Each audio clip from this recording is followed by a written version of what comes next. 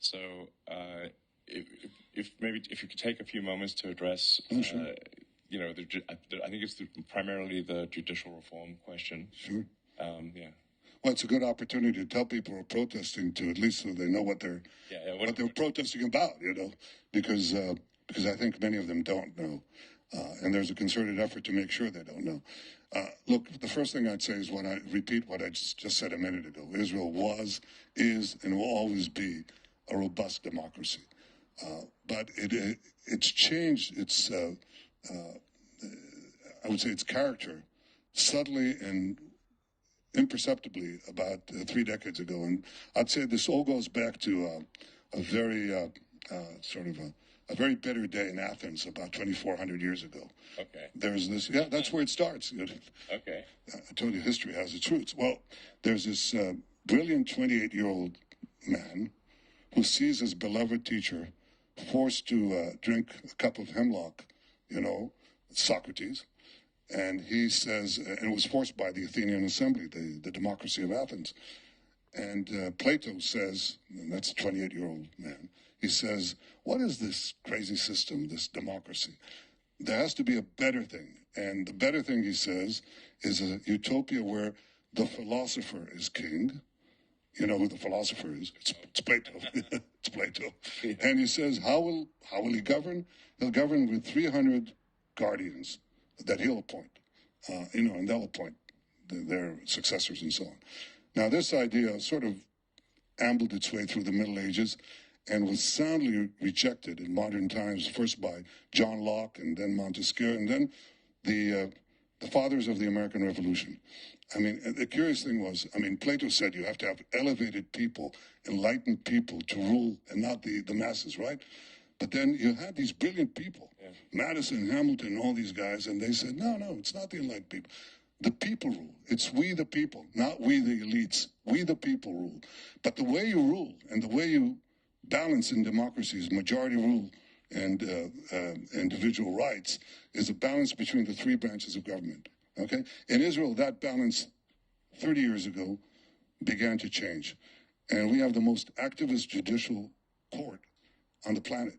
So it steadily arrogated to itself the powers of the legislature and the executive, where it basically decides. Democracy is supposed to be checks and balances of the 3 branches on each other. In Israel, the judiciary has no checks and no balances. It just has power. And so there's a request to try to bring it back into line, and that has been sort of boiling all the time.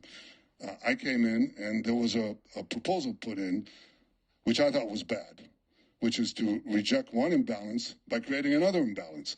If the court can rule against any decision made by the government or the parliament, then let's now correct it by having the parliament reject any decision with a simple majority that the court makes. I thought that's a mistake. It's moving the pendulum from one side to the other side. It has to be in a happy middle. I've been looking for that happy middle. I have a majority in the parliament, in the Knesset, to legislate anything, but I didn't. I held back because I want this to be a consensus. And so we made the minimal changes that would bring back a little of the balance that we had in Israel's first 50 years. And that's what we're trying to do now. I'm still reaching for a consensus. If I can't reach it with the other side of the political aisle, which becomes very difficult in today's democracies with the polarizing effect of social media and big money and big data that is used to polarize even further, to arrange demonstrations anywhere on the planet. Then, if I can't do it with the other side of the aisle, then I want to do it with the public. That is to have as broad a consensus for a minor correction, basically some correction on how we choose judges, because otherwise we have, basically 15, in many ways, unelected officials. By the way, I think gifted people, good people, but they replace the government. They're sort of unelected, and they decide everything. That's not exactly democracy. So we're trying to get Israel back to where it was before. I hope we succeed. I can tell you that as soon as I get back to Israel after this week, that's what I'm going to focus my attention on. I hope we succeed. But it's not, I'm described as something between, Attila the Hun and Genghis Khan. Elon, you read a lot of books. I read I read the Federalist papers a couple of times, you know. I'm versed in the theories of democracy and the balance between the three branches of government. That's what I'm trying to achieve, nothing more. And it's not an easy thing to be maligned. I know you've never seen that, right? No, never I have no idea what you're talking about. Yeah, no, me maligned, never. Yeah, no, I guess, and we don't want to spend obviously too much time on the subject since this is primarily about AI sort of existential risk, but and it's difficult for people here to know exactly how other systems work. But certainly the press in the U.S. has not portrayed the reforms you mentioned in a positive light. Well, especially the New York Times. I mean, they're a fantastic obsessive campaign, but they usually get it wrong, so it's not important. So, I mean, in the U.S., like the courts cannot really produce new laws, but they can nullify. Provided it's against the Constitution. Exactly. Right. Exactly. Well, in Israel, we don't. In Israel, we supposedly have basic laws that constitute a constitution. Now the debate in Israel is whether the court can actually change the basic laws. And it's a big debate. I don't want to get into that and get people into this, but there's always a balance. You know the way you balance the power of the people, the majority, with the court in America is that the politicians choose the judges.